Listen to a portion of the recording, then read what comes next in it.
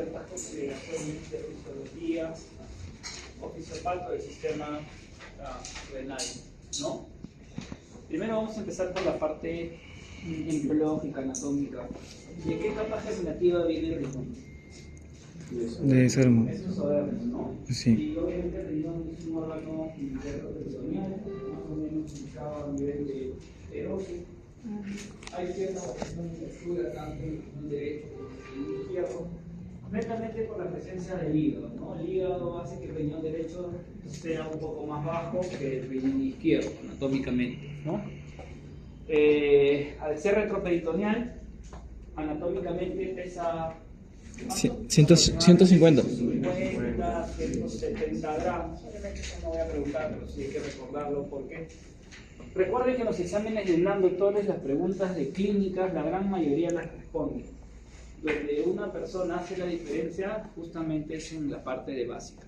Esos detalles que algunas personas ya saben y otros no, ahí es donde hace la diferencia. Básicas y salud pública.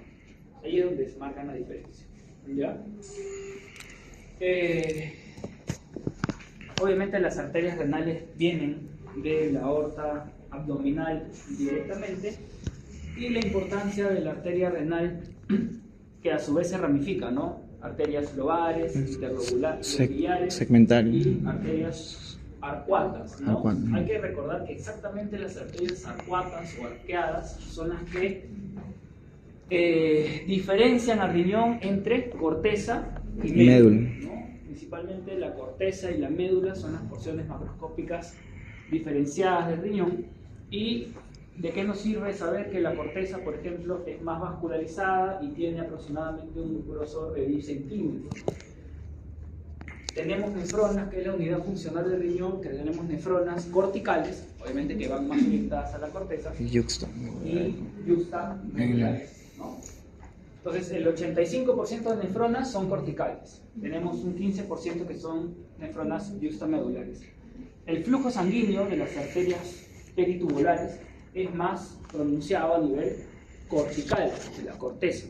Por eso que macroscópicamente, si han visto un riñón, la corteza es más vascularizada, tiene una coloración un poco más marcada que la médula. Entonces, sabiendo esto, que la corteza es de un grosor, alguna alteración en el grosor de la corteza, podríamos estar hablando de una enfermedad renal crónica. Y si sabemos que la médula es menos vascularizada, pues en algún proceso de isquemia o de hipoperfusión renal, principalmente la médula va a ser la que va a estar dañada. Doctor, una consulta, doctor. ¿El diámetro de la corteza va disminuyendo si es que uno tiene enfermedad renal crónica, por ejemplo? ¿O no afecta? No tiene claro, nada que o ver. sea, en los pacientes con enfermedad renal crónica lo que se caracteriza es que hay una diferenciación córtico-medular. Per se, más de 40 años ya de por sí las nefronas van disminuyendo por la edad propiamente dicha. Más o menos cada riñón tiene entre 800.000 a 1 millón de nefronas por riñón, ¿no? Entonces, pero eso, si es que no hay ningún tipo de lesión, a partir de los 40 años va disminuyendo progresivamente, ¿ya?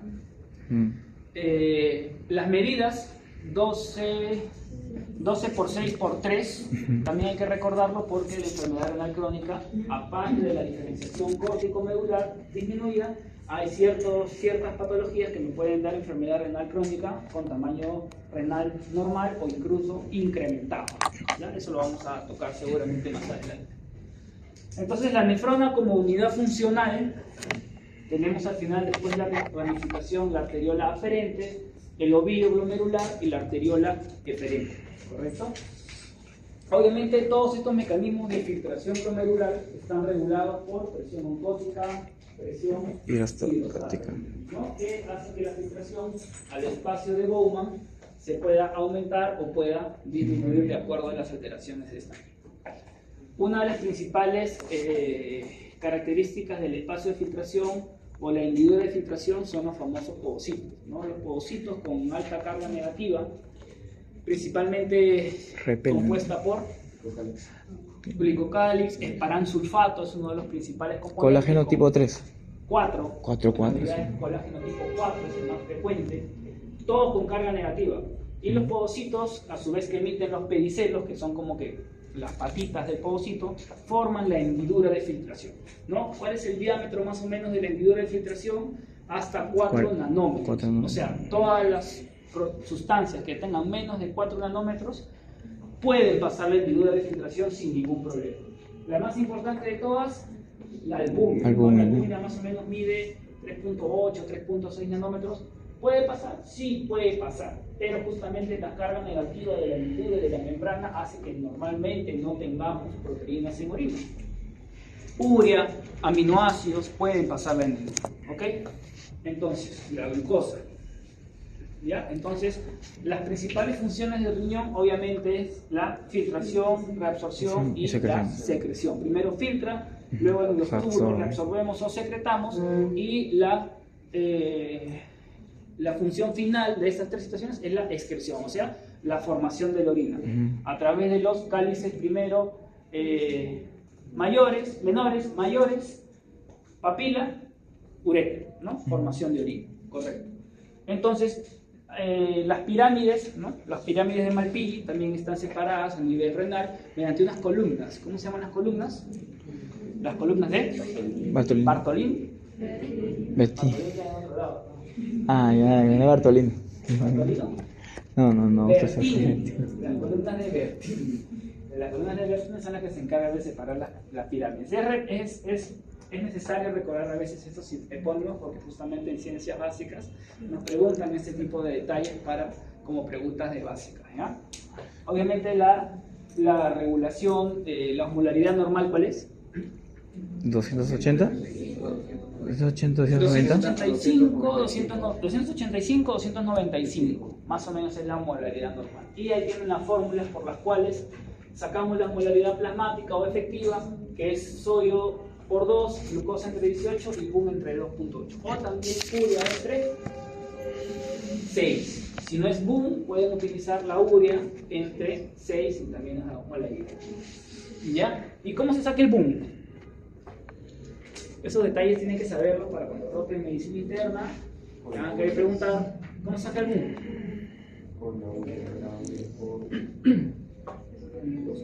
Y es importante saber cómo se hace el boom porque para hablar de falla renal hay la fracción excretada de sodio, la relación boom-creatinina o la relación urea-creatinina. Entonces el boom es la urea entre 2.14. Urea entre 2.14 es boom. Y eso, si quieren, pueden utilizar directamente la urea entre 6 o el boom entre 2.8. Doctor, ¿y qué razón que tenga que sea el parámetro 2.14? Ya está establecido. ¿Qué cosa? ¿La osmolaridad? No, me refiero, ¿por qué urea entre 2.14 no está el boom? No, claro, es que es la diferenciación principalmente entre cationes, ¿no? Ah, o sea, la osmolaridad nos da la diferencia entre los electrolitos más importantes, tanto intra o extracelular, ¿no? Entonces, esa osmolaridad es el valor normal de ambos, de los cationes y aniones más frecuentes, ¿no? Más prevalentes. Muy bien, entonces podemos empezar. Nada más, algo más que recordar. Bueno.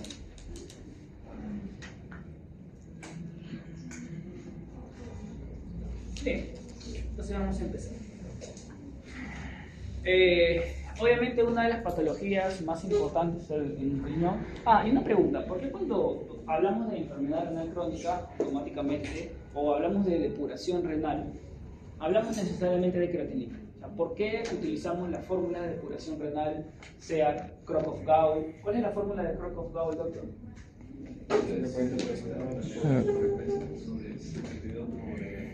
Creatinina 6, ¿no? 100 mujeres por 85, 100 varón por 1, ¿no? Por eso no se encuentra. Entonces, tenemos Crocov-Gau, tenemos MDR, que es lo mejor para función renal en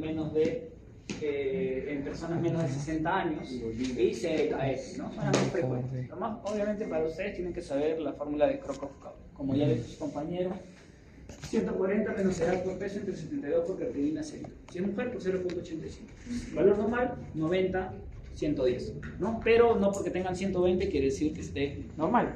Recuerden que los estadios de hiperfiltración pueden deberse a, por ejemplo, nefropatía diabética. El primer estadio es hiperfiltración, ¿okay? ¿Y por qué creatinina? ¿Por qué no doso, no sé, urea en orina? Porque no son aminoácidos en orina para ver la función renal. ¿Por Porque el qué? flujo plasmático renal es 20%, ¿no? Claro. O sea, el gasto cardíaco del riñón es 20%. Porque cumple la función, ¿no? Que se filtra, no se reabsorbe, no se secreta, creo, y no se excreta tampoco. Claro, entonces... Bueno, excreta creo que sí se excreta, ¿no? Pero no se Muy bien. absorbe ni Esa se es la secreta. respuesta. Excelente. ¿Cuál es tu apellido, doctor? Sotelo, Sotelo. sí. Entonces, ¿por qué creatinina? Porque la creatinina es un metabolito que no se modifica durante su filtración. O sea, la urea se modifica, la glucosa se modifica. ¿No? Yo puedo tener 180 en sangre, pero voy a resolver todo a nivel del túbulo contornado proximal, casi el 100%. ¿No? Que tiene diferencias anatómicas tanto en el túbulo contornado proximal como en el vertical. Entonces, se modifica. En cambio, la creatinina, lo que se filtra, se excreta, no varía. Entonces, me sirve para saber la función renal. Es por eso que se utiliza la creatinina. Y también se puede utilizar uno mejor incluso, pero es más costoso, por eso no se utiliza. ¿Cuál es? Es más sensible. Inulina. Depuración de inulina, ¿no? Muy bien, listo. Había otro, ¿no? El PAF, ¿cómo se llama? Paramino. Ah, ya, el ácido paraminobutírico. Sí. Sí, eso generalmente se puede utilizar también, pero es para otro tipo, no Para tanto plasmático, para ¿no? depuración, no tanto para depuración renal como tal. Difícil de Vamos a encontrar. ver. ¿Cuáles de los parámetros señalados? Y la idea es que no se memoricen. ¿No? Muchos quieren memorizar falla prerrenal y renal para saber cuál es el diagnóstico. Y en verdad, nefro es pura fisiología. Hay que entender el mecanismo de contracorriente nada más. Ya está. ¿Cuál de los parámetros señalados caracteriza mejor a la insuficiencia renal aguda prerrenal? Relación urea-nitrógeno. ¿Ah? Quiero que entiendan algo. Mira, con lo que obviamente ya saben que el flujo sanguíneo es el 20% del gasto cardíaco, presión arterial es gasto por resistencia y el gasto es volumen sistólico por así lo vimos en clase. Cuando hay una alteración de la presión o del gasto cardíaco, obviamente el primer órgano afectado es el riñón, ¿no? Entonces va a haber una hipoperfusión renal. Entonces, podemos tener una hipoperfusión renal transitoria, si es que no resolvemos el cuadro, una hemorragia, no sé, se cortó la femoral, no resolvemos la femoral, hemorragia no ligamos la válvula, no sé, si no solucionamos el tema, esa hipoperfusión prerrenal principalmente, que es de la bolemia, del gasto cardíaco, se puede mantener. Y ya esa hipoperfusión renal sostenida, en vez de ser prerrenal, se puede volver ya lentamente parenquimatosa. Entonces, si es algo transitorio prerrenal, quiere decir que el riñón, que principalmente aparte de las funciones hormonales, que es de eritropoyetina, que es de calcitriol, activar la vitamina D, del balance hídrico, electrolítico, ácido base, todas las funciones del riñón, si todavía funciona, o sea, la idea es reabsorber sodio y reabsorber agua. Entonces, si es una insuficiencia prerrenal, el riñón todavía va a tener su función de reabsorción sodio y reabsorber agua. Entonces, si todavía funciona en la prerrenal, el sodio en orina va a estar, o sea, la fracción excretada de sodio va a estar Normal. baja, porque todavía funciona. Entonces, si no funciona y esa prerrenal ya se establece y ya se daña la porción medular del riñón, automáticamente, salud doctora, el riñón ya no va a poder tener su capacidad de reabsorción de electrolitos. En este caso, uno de los principales es el sodio. Entonces vas a encontrar más sodio en orina. Por eso es que el FENA es uno de los principales marcadores para evaluar excreción o lesión prerrenal o renal. Entonces, si tenemos la insuficiencia renal aguda prerrenal, ¿cuál sería? El FENA menos de 1. Entonces, todos estos parámetros, la fracción excretoria de sodio en prerrenal es menos de 1. ¿Por qué? Porque el riñón todavía funciona. Si uno resuelve ese tema, al final esa prerrenal va a causar lesión medular o necrosis tubular aguda, que es lo que se llama. Sea isquémica o sea tóxica. Ahí vamos a ver un pequeño gráfico que he hecho para que lo puedan recordar más fácil. Entonces, si el riñón ya se lesionó, ya es renal directamente, ya se vuelve parenquimatoso. Entonces el riñón ya no va a poder reabsorber. Entonces quiere cuidar todos los canales que tenemos en túbulo contorneado proximal, distal, de cuidarlo, comienza a perder sodio, ¿correcto? Entonces, las etiologías de ira aguda, pueden ser de 3 orígenes: prerrenal, renal, Postrenal. postrenal. Prerrenal puede Claro. Isquemia, ¿no? Parenquimatosa. disminución del gasto cardíaco, obviamente, y ya no puede darte ese 20%. Hiperperfusión, Infarto isquemia. miocardio, shock cardiogénico, insuficiencia cardíaca, ¿no? Y si es bulimia, obviamente pérdidas, diarrea severa, deshidratación severa, sangrado, grasa digestiva, todo lo que sea esté relacionado con la bulimia. Entonces, renal directamente puede ser necrosis tubular aguda, isquémica sobre una hipoperfusión sostenida o tóxica. Y la tóxica puede ser por mecanismos endógenos, por ejemplo, rhabdomiolisis, ¿no? Que hay mucha liberación de Destrucción. mioglobina, se tapona el riñón. O por exceso de bilirrubinas, se tapona el riñón. Si es exógena, puede ser por fármacos. Principalmente, ¿qué fármacos son nefrotóxicos? AINES, aminoglucósidos. ¿No? Los aminoglucósidos, no sé si con todos hicimos la mnemotecnia del fármaco, pero los aminoglucósidos son nefrotóxicos y ototóxicos. Entonces pueden causar necrosis tubular aguda exógena. Sustancias de contraste. Sustancias de contraste. ¿Gadolino, doctor? ¿Ah? ¿Gadolino, yodo, cuál? Claro, todo lo que sea sustancia de contraste se ha ayudado. Generalmente las sustancias de contraste son ayudadas nefrotóxicas, ¿no? Por necrosis tubular. Ya, y postrenal, obstructiva, cálculos, ¿no? Cálculos, perdón, hipertrofia benigna de próstata. Yo he visto un caso por ligadura, una histerectomía. Ligaron el uréter también, postrenal. Ahora entra a sacar tu punto. Ya.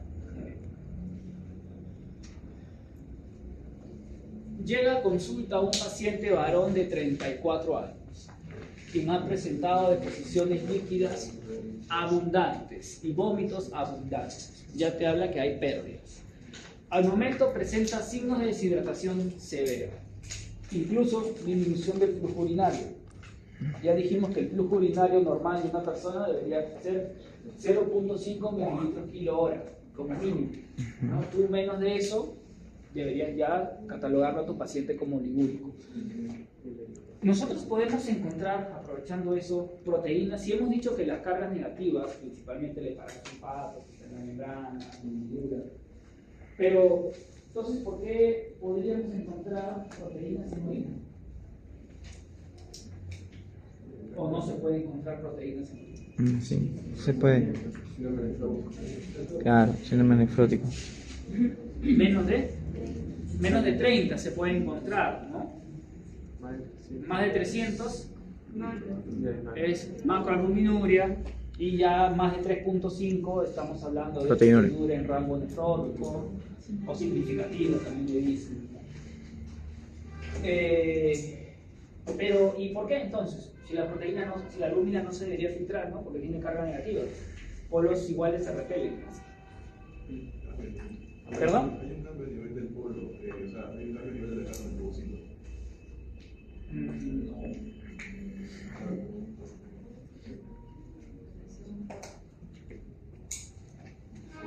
¿Por qué? ¿Por qué podríamos encontrar proteínas en orina entonces? O sea, ¿por qué hasta 30? Recuerden que obviamente las células, tanto del túbulo, de los túbulos, del asa, del túbulo colector, también hay células, y esas células se descaman, se desprenden. Las células tienen proteínas, y esas proteínas se pueden encontrar en orina. Por eso es que tenemos proteinura en orina sin necesidad de que haya filtración de la hendidura o de la barrera. ¿Y cómo se llama esa proteína? Proteínas de Tamm-Hartwell, ¿no? Son proteínas que podemos encontrar. En orina. No deberíamos encontrar glucosa, ¿no? Porque el 100% de glucosa se reabsorbe a nivel del túbulo contorneado proximal, a excepción de que superemos el umbral renal. Claro. El umbral renal de glucosa es los 180 miligramos por decilitro. Es correcto. Y de arterial, 180 umbral renal venoso o arterial. Umbral. Pero hay diferencia, uno es 180 y el otro es 220. O sea, 180 es arterial, 220 es venoso, ¿no? Que perfunde el riñón arterial. para que lo revisen. Uno es 180 y otro es 220. ¿Ya? Muy bien, pero la cosa es que no deberíamos encontrar, ¿no? El túbulo contorneado proximal, a diferencia del distal, tiene como una especie de borde incipillo, vamos a llamarlo, que favorece su absorción o su capacidad de absorción a nivel del proximal, a diferencia del distal que no lo tiene, ¿no? Y principalmente uno de los mecanismos del ASA de Heimlich como tal es la concentración de orina a nivel del ASA, ¿no? En algunas partes es permeable, otras cosas impermeables, cosas de base que ustedes ya lo saben. Pero bueno, en este paciente tiene disminución del flujo urinario. ¿Cuál de los siguientes exámenes me indicaría que ya se generó daño? O sea, esa diarrea, esos vómitos fueron prerrenales, pero ya se volvieron parenquimatosos, o sea, una hipoperfusión sostenida. Eso es lo que le quería decir en la pregunta anterior. Si hay una hipoperfusión sostenida, ¿cuál sería la causa? El FeNA menos de 1 era prerrenal, o sea, todavía reabsorbía sodio. Pero ahora, cuando ya hay daño renal, bueno, en el gráfico decía FeNA más de 2, pero más de 1, ya estamos hablando de que incluso esos criterios están cambiando un poquito. ¿Ah? Entonces, FeNA más de 1, esta pregunta obviamente es antigua, nos dice de que hay daño ya renal. ¿Ok? FeNA más. Urea, creatinina elevada, eso ya lo sabemos. Sedimento urinario, ¿qué cilindros podemos encontrar en prerrenal? ¿Hialinos? Cilindros hialinos. Y si hablamos de renal, granulosos, ¿no? Muy bien. ¿Y en qué patología se ve el sedimento telescopado? Pregunta de examen. Lupus eritematoso. Para los que ya han llevado, ya saben que hay un poco esa representación. Sedimento telescopado. Entonces tampoco debería haber hematíes, ¿no? No debería haber hematíes. Si estamos hablando que hay hematíes, que el eritrocito tiene carga negativa, no tiene menos de 4 nanómetros, no debería haber hematíes en el orina. Entonces, si tenemos sangre en orina, estamos hablando lesión de la hendidura netamente, ¿no? Y hay patologías o síndromes que están asociados a hematuria, síndrome nefrítico, ¿no? Hematuria, hipertensión arterial y proteinuria en rango monoclónico, ¿no? Muy bien.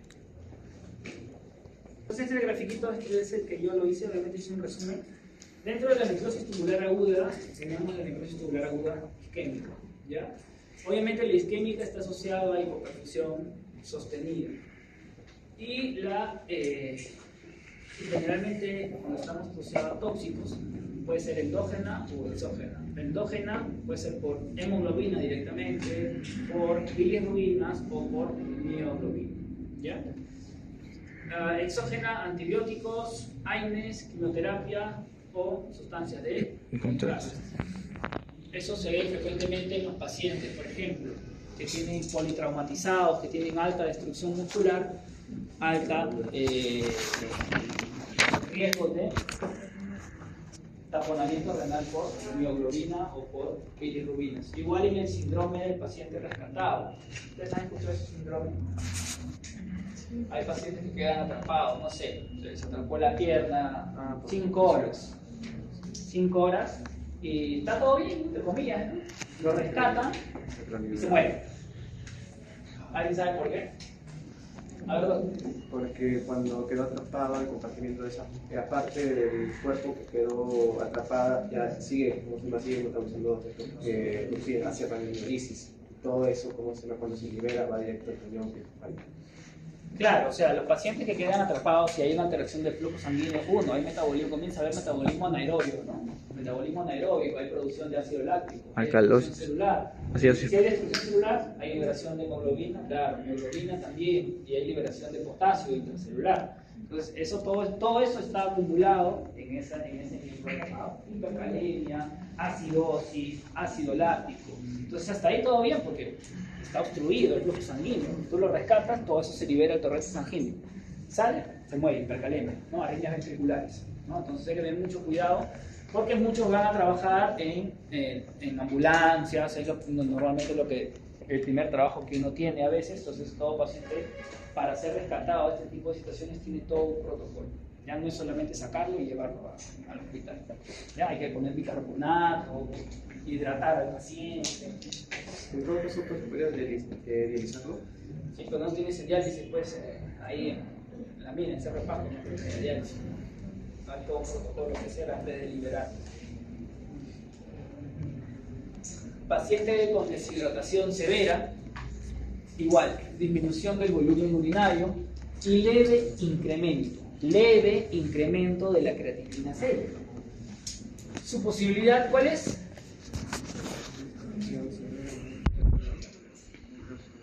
Deshidratación severa, disminución del volumen urinario y leve incremento de la creatinina. Necrosis tubular y RC no dicen nada para RC. Si fuera necrosis tubular tanto isquémica como tóxica, no debería haber un cuadro leve aparentemente, o podría ser cualquiera de las dos en todo caso. No, automáticamente se anulan las dos alternativas. Falla renal no me habla de HBP, de cálculos, nada por el estilo. Por lo tanto, leve incremento de creatinina y disminución del flujo urinario prerrenal. ¿Correcto?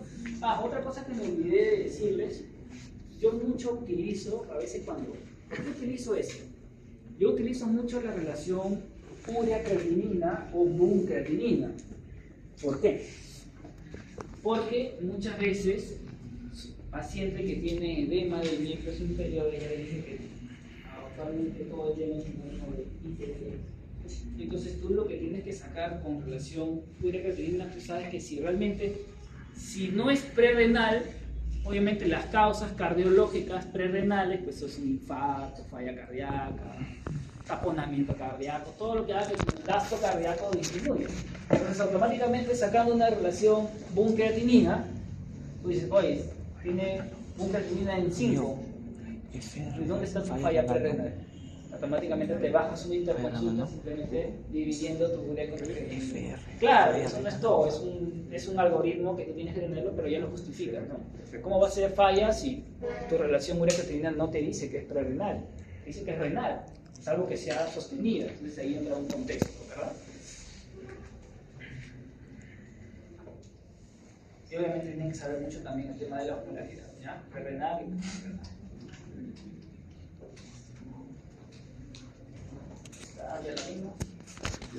Necrosis tubular aguda. Falla renal es lo que sí o sí tienen que saber, lo que tienen que manejar, porque eso les va a llegar y eso salva vidas. Necrosis tubular aguda, se pueden encontrar cilindros de qué tipo. Granulomatosos. ¿No? Generalmente hialinos, prerrenal, granulosos, renales, hemáticos, hablamos de lesión netamente glomerular, leucocitarios, pielonefritis, grasos, síndrome nefrótico, telescopado, pregunta examen.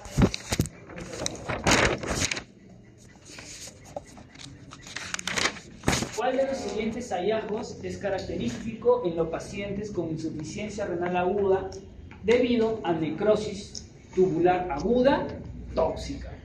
O sea, te está preguntando los criterios de IRA parenquimatosa.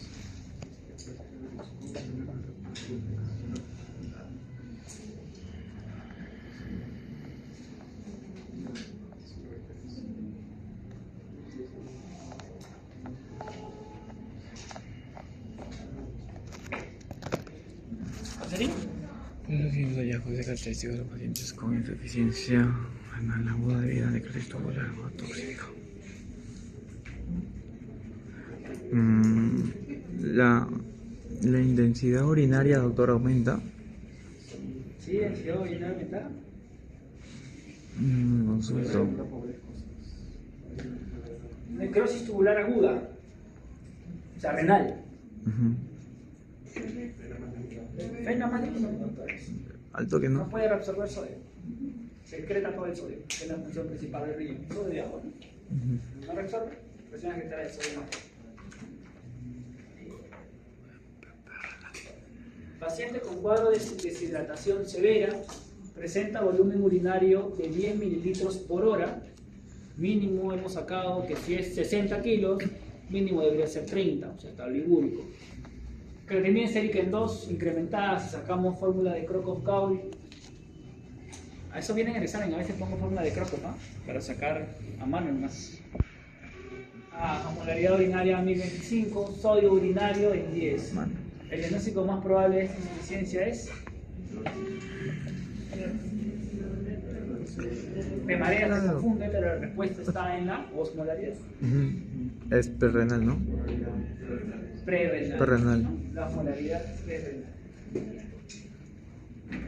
Mujer de 55 años, diabética, ya, crónico, fiebre entonces. y dolor en hipogástrico. Es crónico. Diabética, fiebre y dolor en hipogástrico. 7 días de evolución.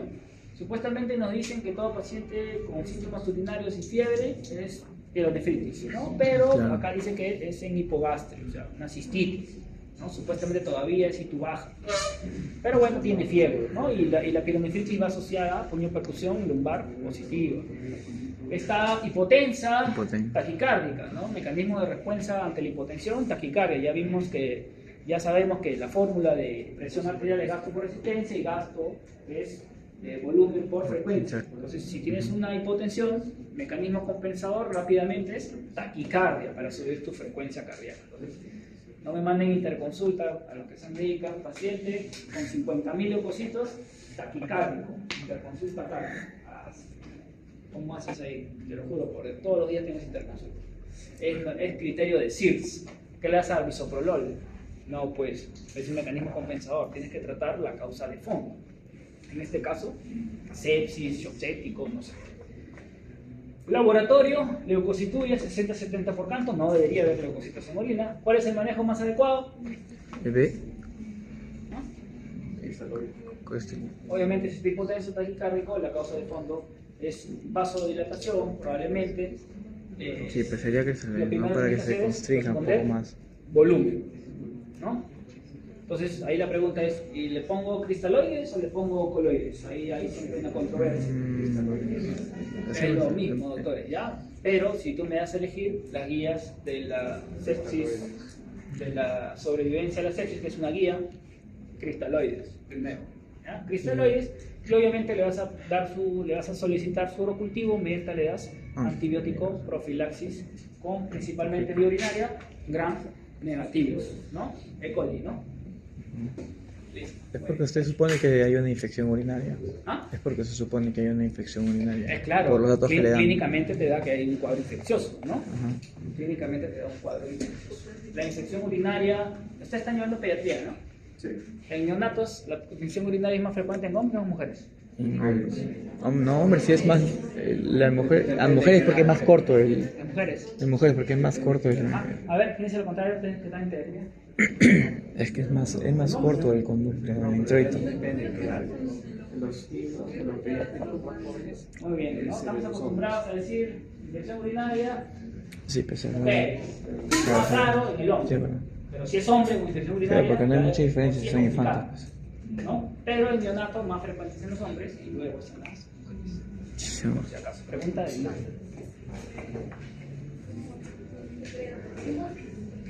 Mujer de 40 años, 40 años, llega al hospital con presión arterial normal, pero con náuseas, vómitos y confusión. Se encuentra creatinina en 8. Al examen, riñones pequeños, enfermedad renal crónica a la cabeza. ¿Cuál es el diagnóstico más probable? En otras palabras, está diciendo cuál de estas patologías es RC con riñón pequeño. Entonces, hidronefrosis, No, es aumento. diabetes grande. Gran nefropatía, claro. Entonces, glomerulonefritis primaria, amiloidosis o mieloma.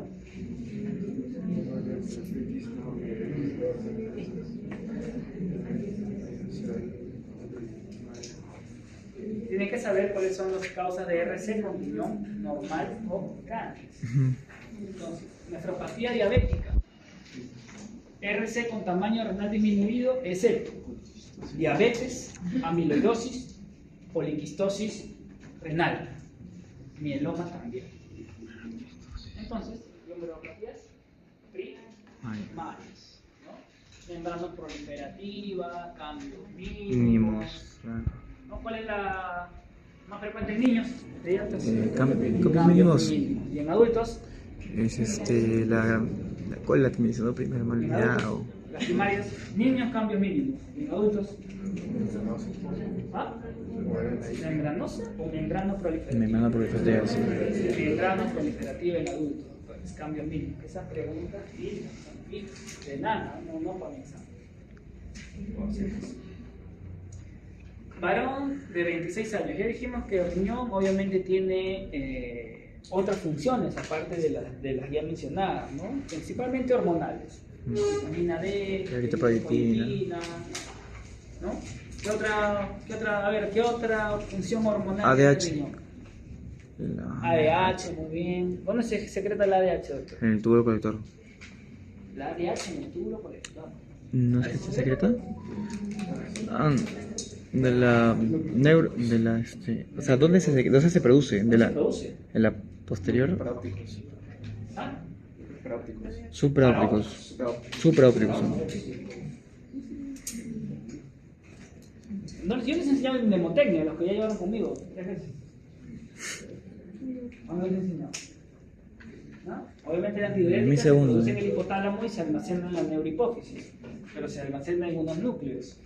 Supraópticos. Mi mnemotecnia, para nunca olvidarme, es sapo. Supraóptico, antidiurética, paraventricular, oxitocina. ¿Ya? Hipotálamo. Supraóptico, antidiurética, paraventricular, oxitocina. Y se almacena en la neurohipófisis, ¿no?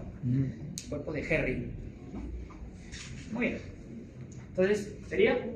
Esta es otra pregunta, ¿no? 26 años, desde hace 6 meses, presenta cefaleas, debilidad, hiporexia, náuseas, disminución de peso. Hipertenso, joven. Si es hipertenso, joven, causa secundaria. Tienes que buscar causa secundaria. Feopromocitoma, estenosis de arteria renal, hiperaldosteronismo, todo lo que sea secundario. ¿Ya? Frecuencia cardíaca 96. Palidez, edema de miembros inferiores. Hemoglobina 8. Joven, anémico. Hipertenso, ya con anemia. Enfermedad renal crónica. Creatinina en 4. Uri en 6. Sustancias nitrogenadas, también función del riñón, elevadas. Ecografía renal, riñones pequeños. ¿Cuál es el diagnóstico más probable?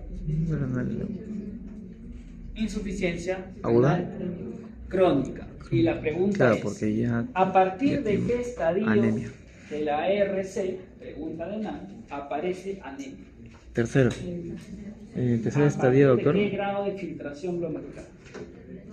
No es el tercero, doctor. Tercero sí, pero te preguntan... Menos de 60. ¿No? Acerca.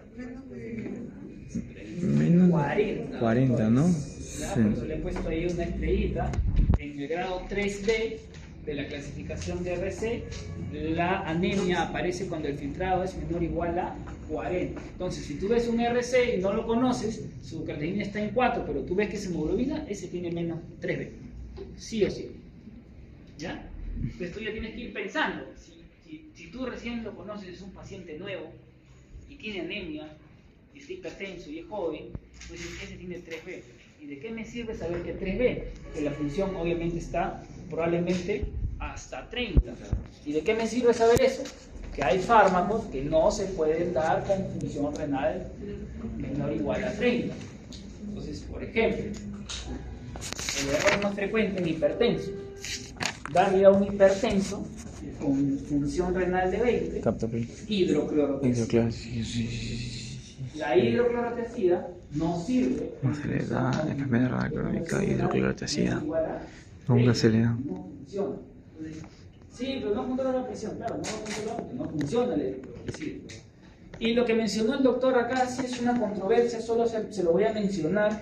Eso ya es un tema un poco más profundo, tanto de nefro como de cardio. En pacientes con función renal menos de 30, los cardiólogos no damos ni ¿Diálisis? ni ARA2, ¿ok? Porque son nefrotóxicos.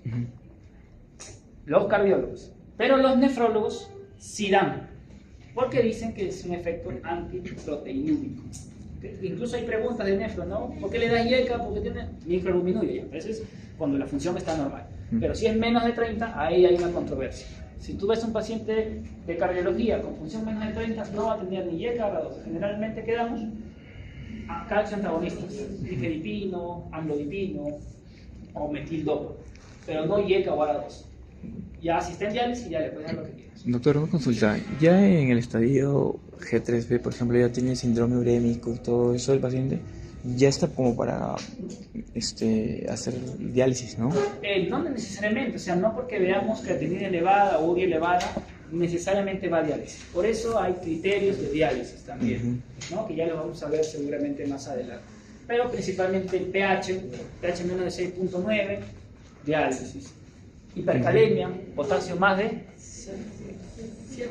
Claro, sería más de 7. Más de 7, diálisis, ¿no? Gastropatía urémica, hemorragia digestiva, diálisis. Encefalopatía urémica, diálisis. Eso hay que saber, ¿no? Y en algún momento les dije cuándo corregir bicarbonato, ¿o no les dije todavía? No. Hay preguntas de nefro que, por ejemplo, te dicen, ¿no? Paciente con RC, acidosis metabólica, Anion-Gap, alto, lo que quieran. Y una de las alternativas es si respondes o no respondes bicarbonato. Y ahí hay un punto que recordar. Todo paciente con menos de 6.9 de pH, sí o sí responde bicarbonato. ¿Ya? O si el bicarbonato como tal está menos de 8. Respondes bicarbonato. Normalmente Ahí está la 24, ¿no? diferencia. No, 8. Si te dicen bicarbonato en 12, ya. Hidratación, nada. Y corrección, lo que tú quieras. Pero si el bicarbonato o el pH está en 6.9, 8, también tienes que corregir bicarbonato. Y hay una fórmula bien bonita para corregir bicarbonato, súper fácil, y en algún momento se los voy a enseñar. ¿Ya? Y también para potasio, al toque. Entonces, la definición de RC, ya lo hemos dicho en alguna de las clases, disminución del filtrado glomerular menor o igual a 60, mayor a 3 meses. Entonces, no todo... Eso es la de código, ¿no? ¿Ah? Eso Claro, es de código, claro. ¿no? Entonces, no toda elevación de creatinina es sinónimo de RC. Hay que ver diferenciación córtico-medular, que la corteza esté bien, varios criterios. ¿Ya? No solamente es ver creatinina y ya decir que es RC. ¿Qué examen evalúa el daño renal extrahospitalario? Ya, sencillo. Tener la creatinina. ¿Qué evalúa daño renal? Creatinina. Creatinina. ¿Y de dónde viene la creatinina? Es endógeno del metabolismo de los Metabolismo muscular. Doctor, siempre, por ejemplo, para los estadios últimos de enfermedad renal crónica, el trasplante se hace en ilíaca externa. Mira, para el tema de trasplante, ¿por qué los cardiólogos tenemos que ver ahí? Porque un paciente, obviamente, con trasplante generalmente tiene que cumplir ciertos requisitos. Sí, no necesariamente en ilíaca externa, no necesariamente ahí. Generalmente puede ser también en aorta abdominal y todo eso. Hay varias localizaciones para trasplantar. Pero yo tengo muchos pacientes, o sea, ahora último tuve una niña de 14 años con RC hipertensa. Entonces, obviamente ella lo primero que hay que hacer es ponerla en lista de trasplante. Pero el problema es que obviamente al ser hipertensa, tan joven, también tiene cambios cardiológicos. Entonces, uno de los requisitos es que la función cardíaca esté bien. Porque hay cardiopatía hipertensiva. Y dentro de las fases de cardiopatía hipertensiva, el grado 3, ya puede haber cardiopatía hipertensiva, que ya hemos dicho, la cardiopatía hipertensiva es hipertrofia concéntrica. Pero cuando ya pues, es crónica, no mejora, Frank Starling falla, ya dijimos que la sarcómera falla, supera los 2.2 micrómetros y se comienza a dilatar. O sea, hay cardiopatías hipertensivas en fase dilatada. Si lo más frecuente en adultos, abuelito o papá es hipertenso, le llega, no pasa nada, porque la hipertensión, la manifestación clínica más frecuente, ¿cuál es? La manifestación clínica más frecuente de la hipertensión, ¿cuál es?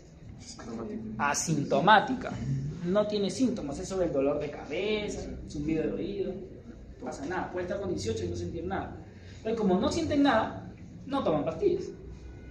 Y si no toman pastillas, terminan haciendo cardiomiopatías dilatadas, cardiomiopatías hipertensivas en fase dilatada. Entonces hay que tener mucho cuidado, no porque no sientan nada, no quiere decir que no tienen que recibir tratamiento.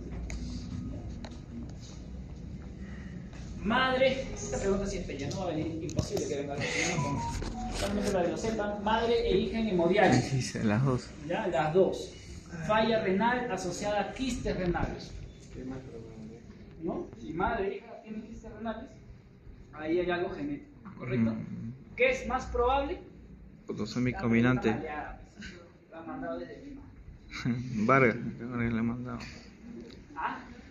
Silva. ¿Ah? Silva la ha mandado. No lo conozco. Obviamente es Mejor una no. enfermedad poliquística del adulto, que la principal característica de la poliquística del adulto que es autosómica dominante, y generalmente el antecedente familiar es el que marca el diagnóstico, ¿no? Porque la autosómica recesiva no tiene los antecedentes familiares y la autosómica dominante es de progresión lenta, ¿no? Generalmente las autosómicas recesivas, por su misma característica que son recesivas, es más difícil que aparezcan. Si aparecen, son de peor condición. Igual el lupus, ¿no? Lupus, mientras más joven, peor. Peor, ¿no? Peor. La causa, ya. Entonces, el riñón también obviamente tiene metabolismo del calcio, ¿no? Calcio y fósforo van de la mano. Así como sodio y potasio van de la mano, hay intercambio, calcio con el fósforo también. Entonces, la enfermedad renal crónica también, al no poder sintetizar la 1.25, ¿no? 1.25 de hidroxicolicalciferol, que es el calcitriol, calcitriol. o vitamina D, generalmente que sirve para fijar el calcio a nivel de los huesos, ¿no? Y tienen que saber ahí cuál es el mecanismo de osteoclastos o Osteoblastos. osteoblastos. Hay una pregunta bien interesante. Entonces la vitamina D ayuda a que el calcio se pegue a los huesos. De la reabsorción ósea.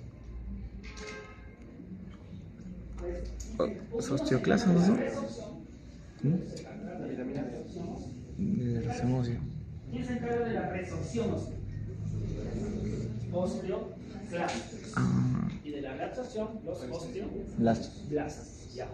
Pero tienen que saber un pequeño detalle porque me acuerdo que fue pregunta de examen. Para que los osteoblastos se activen, primero se activan los osteoclastos. Según una pregunta, nunca me voy a olvidar que le pusieron, ¿quién se encarga de la reabsorción ósea? Y le pusieron un montón de cosas y dentro osteoclastos. Nadie más puede eso, obviamente, ¿no? En la cabeza de osteoclastos es solamente resorción. Pero para que se active el osteoblasto, primero se activa el osteoclasto. Tienen que sentir el daño primero, ¿no? Así es. Para poder Activar la formación. Ahora después el callo óseo. Entonces, la causa de osteodistrofia renal en caso de insuficiencia renal crónica es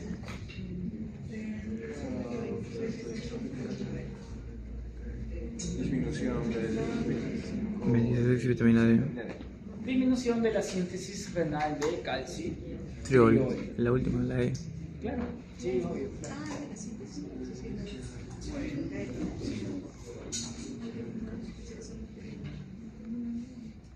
Para que lo llegan acá, cuando hay pérdida de masa de nefronas, obviamente disminuye la capacidad de hacer, es el Gaitan, disminuye la producción renal del 1.25, disminuye la 1.25 circulante, y si disminuye el calcitriol, hay disminución de absorción intestinal de calcio, o también hay alteración en la producción de vitamina D. Entonces va a haber hipocalcemia. Entonces todo paciente renal se le da como suplemento carbonato de calcio. Y también eritropoyetina, ¿no? Recuerden que la eritropoyetina está estimulada por la... ¿Qué estimula la eritropoyetina? La hipoxia. Hipoxia, ¿no? La hipoxia. Por eso, personas que viven con bajos niveles de presión parcial de oxígeno tienen poliglobulia, 16, 17 de hemoglobina, ¿no? Los que viven en el turno. Porque estimulan perennemente la eritropoyetina. Obviamente, a cambios físicos, ¿no? Aumento de la caja torácica, aumento de los pulmones, del diámetro y todo eso. Varón de 50 años, consulta por debilidad, fatiga, náuseas e hiporexia. 50 años, fatiga, náuseas y hiporexia. Examen físico, presión arterial 170-100. palidez de piel y mucosas, ruidos cardíacos normales, análisis muestran hemoglobina 8.5 y urea de 115. Creatinina 4.5 y potasio en 5.5, límite superior. Hasta 4.5, 3.5, 5.5, por ahí está el potasio. ¿Qué tienen que recordar de potasio? Igual, nos meten en la cabeza potasio en el electrocardiograma, sinónimo de qué? Eso ya no están preguntando. Lo que están preguntando es que la hipercalemia hace QRS ensanchado. Y después, mientras más elevado es el potasio, más de 8, ¿qué pasa? Desaparece. Bloqueos auriculoventriculares completos. Se ensancha y se comienza a bloquear. Entonces, bloqueos AB completos, metabólicos. Y si tienes un bloqueo AB completo, doctor, ¿cuál es la indicación cardiológica? Bloqueo AB completo. Bloqueo AB completo.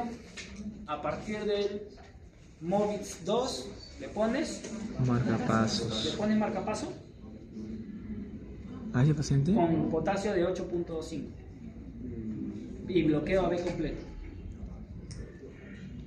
Primero te corrige el potasio. Primero corriges el potasio. No tiene indicación de marcapasos porque tiene causa metabólica. Puede. Si tú le pones marcapasos, por gusto. Si sale el potasio, nunca va a funcionar el marcapaso.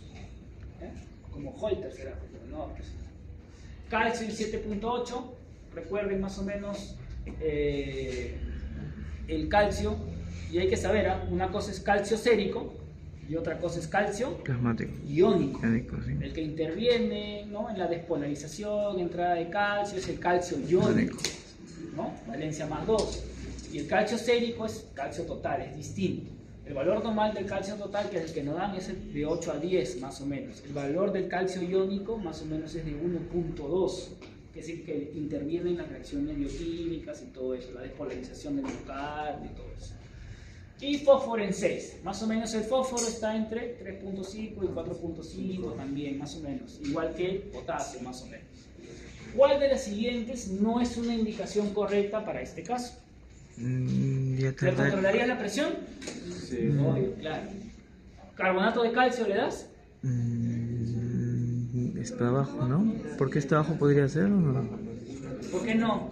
Tiene creatinina elevada, tiene calcio bajo, le podrías dar calcio. Más a los pacientes con RC crónica le das calcio, no tendrías por qué no. Eritropoyetina Por la es un anemia. RC con hemoglobina en 8.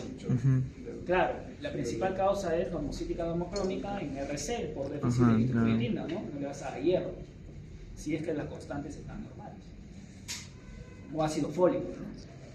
Ya lo he dicho en clase porque.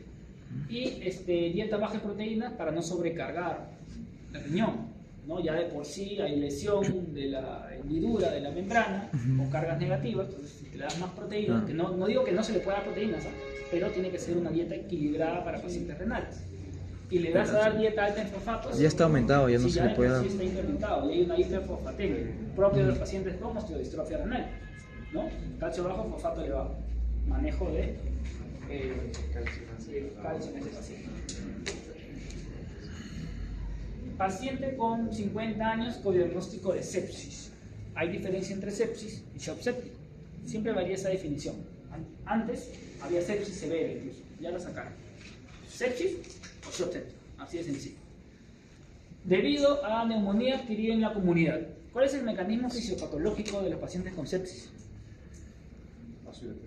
Vasodilatación. Vasodilatación. Entonces, si tú tuvieras que utilizar un fármaco para disminuir esa vasodilatación, ¿cuál sería? Un vasoconstrictor, claro. Noradrenalina, ¿ok? Por eso que en la sepsis el principal vasoactivo, recuerden, no es lo mismo vasoactivo que inotrópico. La dobutamina, que se utiliza en shock cardioquímico, es un inotrópico, es un beta-1 agonista.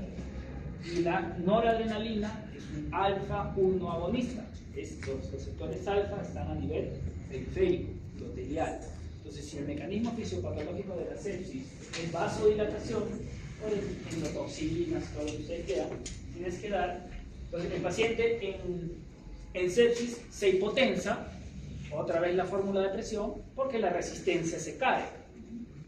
Por eso es hipotensa, ¿no? Ya sabes, gasto por resistencia. Si tú dilatas el vaso, se cae la resistencia, se cae la presión. Entonces, le tienes que dar un fármaco vasoactivo, alfa-1 agonista, para levantar la resistencia y se va a levantar la presión, obviamente asociado a volumen. Antecedentes de diabetes mellitus. Expliqué, bueno, no hice neumo con ustedes, pero les expliqué por qué. A ver, vamos a ver. ¿Cuál es la terapia profiláctica en neumonía adquirida en la comprimida? Concur de 1, concur de 2, ¿qué es lo que le da a una neumonía?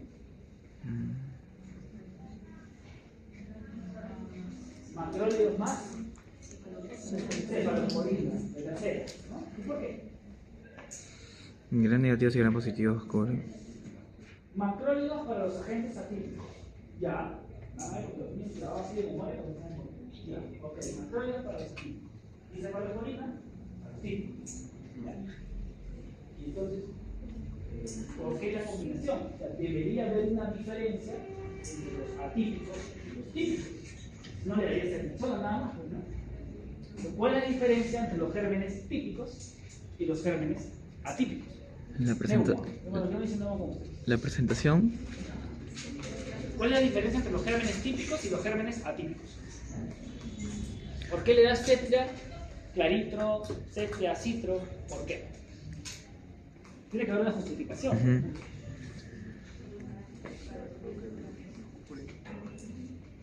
Cetria cubre gram negativo. Hay móvil.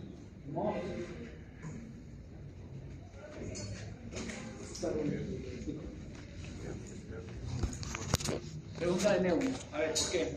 La idea es que entiendan por qué, no que se lo memoricen, ¿no? A ver, los gérmenes típicos tienen pared celular. Entonces, para cubrir los típicos, tú le das un medicamento. ¿Cuál es el mecanismo de la ceftriaxona? Inhibe la síntesis de pared. Entonces, le das un medicamento que cubra o inhiba la síntesis de pared, ceftriaxona. Y los gérmenes atípicos se caracterizan porque no tienen pared. Entonces, Micoplasma, por ejemplo. Si tú le das micoplasma, moraxella, si tú le das legionela, si tú le das un inhibidor de síntesis de pared y para tu mala suerte es un atípico, es resistente. no le vas a hacer nada. Entonces le das un fármaco que su mecanismo de acción no sea síntesis de pared. ¿Cuál es el mecanismo de acción de los macrólidos? Síntesis de la ADN.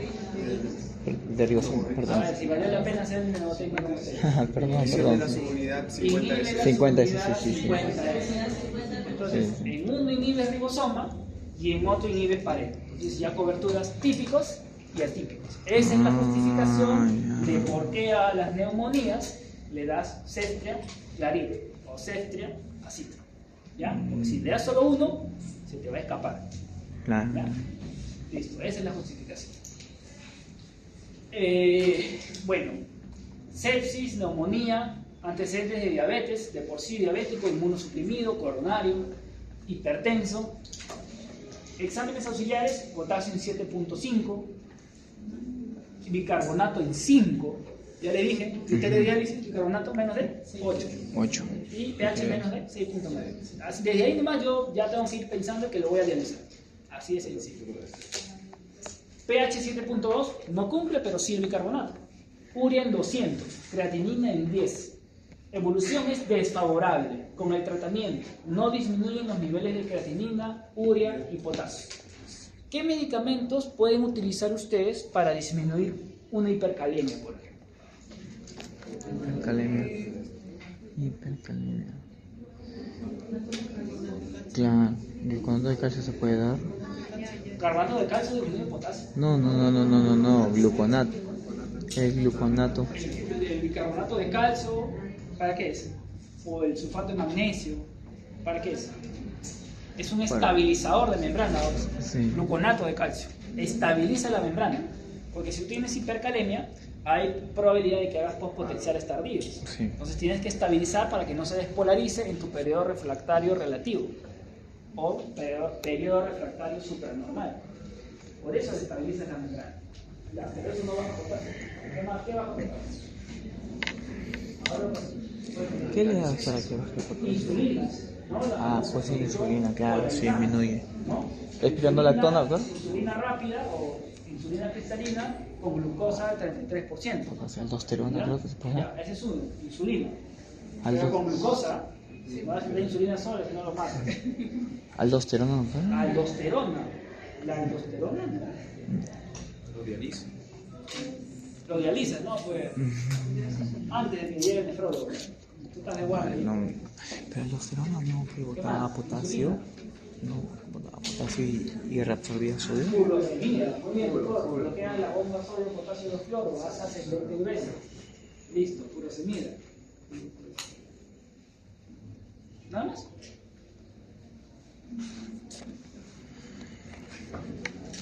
Nebulizaciones. Las nebulizaciones, los beta-2 agonistas también internalizan potasio al intercelular. Otro. Muy bien, intercambio de resina a nivel intestinal, Gayet Salate. ¿Cómo es así, doctor? ¿Cuál es su mecanismo de acción? E interviene en la absorción, disminuye la absorción intestinal de potasio. O sea, es una resina que inhibe el transportador de potasio a nivel intestinal. No permite que se absorba. Así, sí se gasta con ustedes. Así como hay medicamentos que inhiben el páncreas exocrino para la absorción de grasas. O sea, cuando tú comes pollito a la brasa, el páncreas, la porción exócrina, secreta fosfolipasa A2. Ajá.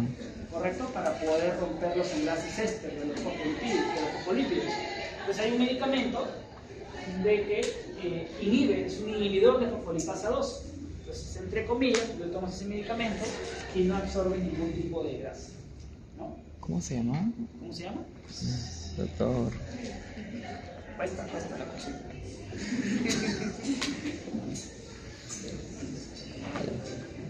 No disminuyen los niveles de urea. Entonces, ¿cuál es el manejo más adecuado para este paciente?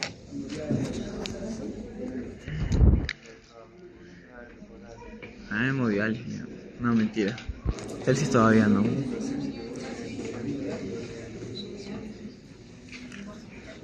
Evolución desfavorable. Ujú. Pero mandamos Ni hemodiálisis. mejoran los niveles de bicarbonato y pH. O sea, ya intentaron corregirlo. Ah, entonces hemodiálisis, pues. Sí, sí cumple los criterios. Tiene que dializarlo y tiene criterios de diálisis. Correcto, muy bien. Dializarlo.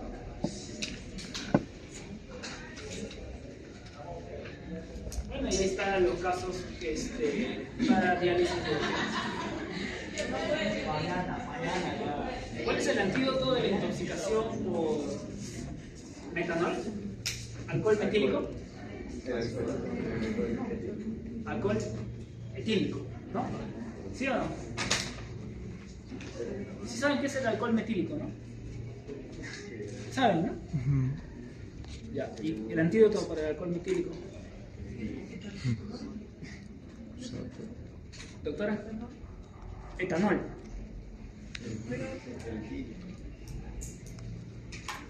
Doctor, antídoto del alcohol metílico o la intoxicación por alcohol metílico.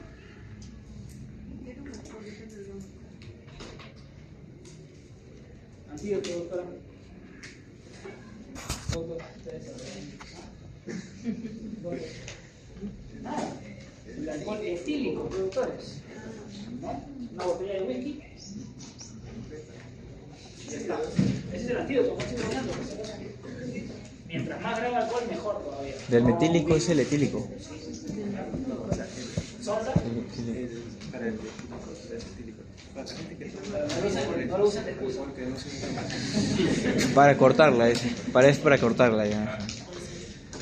Evalúa en consulta privada a una mujer de 40 años con sobrepeso, ¿no? Sobrepeso IMC más de 25, hasta 29.9, pero que refiere haber disminuido cerca de 6 kilos durante las últimas semanas. Además presenta poliuria sin disuria ni fiebre, polidipsia y está comiendo mayor cantidad. Puede ser ¿no? diabetes. Polidipsia, poliuria, No hay 3P ahí. no hay, ¿no? Como es de esperar, su glucosa sale elevada y su perfil lipídico con colesterol LDL elevado. ¿Qué significa LDL? Dislipidemia. Low density lipid. Ese es colesterol malo, de baja densidad. Ese sí es el que tiene componente aterosclerótico. o sea, Sí, sí. forma placas de colesterol Sí. como tal. Y el HDL más bien es bueno. A mí me interesa que un perfil lipídico, por favor, nunca pidan perfil lipídico así nomás. Se pide perfil lipídico completo y fraccionado. A mí lo que me interesa es las fracciones del colesterol, HDL y LDL. Entonces, HDL disminuido es un factor de riesgo, tiene que estar más de 50. Y el LDL elevado. Según el riesgo cardiovascular puede ser menos de 100 o menos de 70. ¿Okay? Sin embargo, su presión arterial registra valores normales en más de 3 controles. ¿Cuál de los siguientes productos podría no ser necesario en el manejo farmacológico de esta paciente? Qué aburrida esta pregunta. El antibiótico, pues, claro. ¿Qué dice? ¿Cuál de los siguientes productos no podría ser necesario?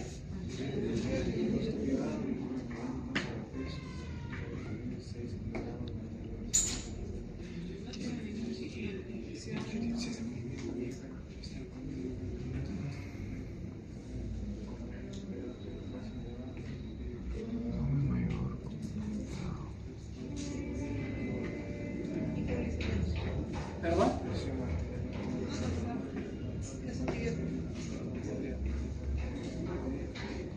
Pero no dijeron. ¿Metformina a qué grupo farmacológico pertenece? Es una biguanida. Bigonía, ¿no? La glibenclamida es una Sulfoniluria. El principal evento adverso de la sulfoniluria, ¿cuál es? Hipoglicemia. ¿Ok? Hipoglicemia. Por eso siempre se toma antes de comer los alimentos. Al menos 10 minutos nada más. IECAS, ya sabemos los efectos adversos. Hipolipemiantes, no hay ningún problema. Estatinas, atorvastatina, rosuvastatina, simvastatina, lo que ustedes quieran, pero no hay necesidad a este paciente de darle un antibiótico, no hay signos clínicos de infección, más si hay signos de hiperglicemia. ¿Ya? ¿Y por qué IECAS si dice que la presión es normal?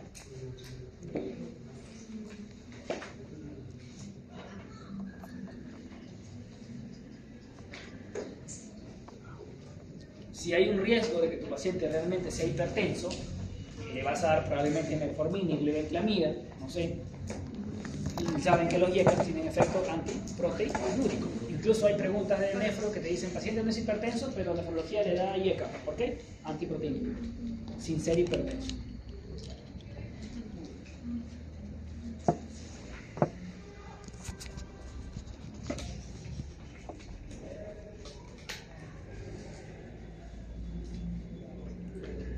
¿Quieren la clase de doctores? ¿Ah? Ya, ahí nos quedamos. ¿Alguna pregunta? ¿Alguna duda, doctores? ¿Algo que acotar?